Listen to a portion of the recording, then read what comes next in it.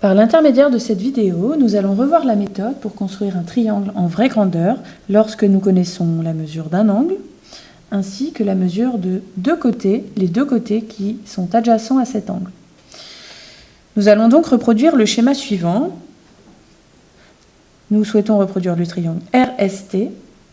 Nous connaissons la longueur de l'angle RTS. Je vous rappelle que le sommet de l'angle doit toujours être la lettre située au milieu. Le sommet ici, c'est T. Donc cet angle mesure 45 degrés et les côtés adjacents à cet angle, ST et RT, mesurent 7 cm et 5 cm. Pour cela, nous allons avoir besoin d'un crayon de papier, toujours bien taillé, d'une règle graduée, ainsi que du rapporteur.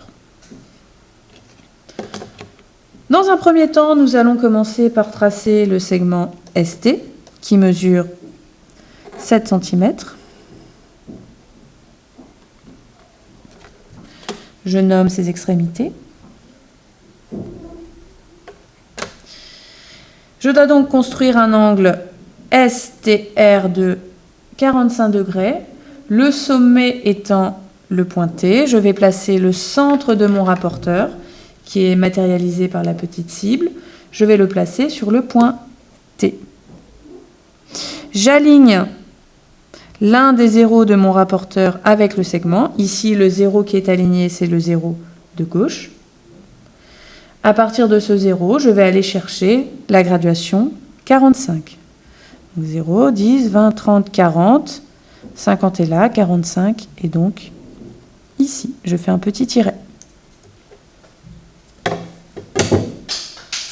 Je trace donc la demi-droite d'origine T passant par ce petit tiret. C'est une demi-droite, donc elle est infinie. Il ne me reste plus qu'à placer le point R. Le point R est situé sur la demi-droite que nous venons de tracer et il est situé à exactement 5 cm du point T. Donc, je vais mettre ma règle de manière à ce que le point R soit situé à 5 cm du point T. J'ai bien 5 cm. Je fais un petit tiret, j'ai le point R.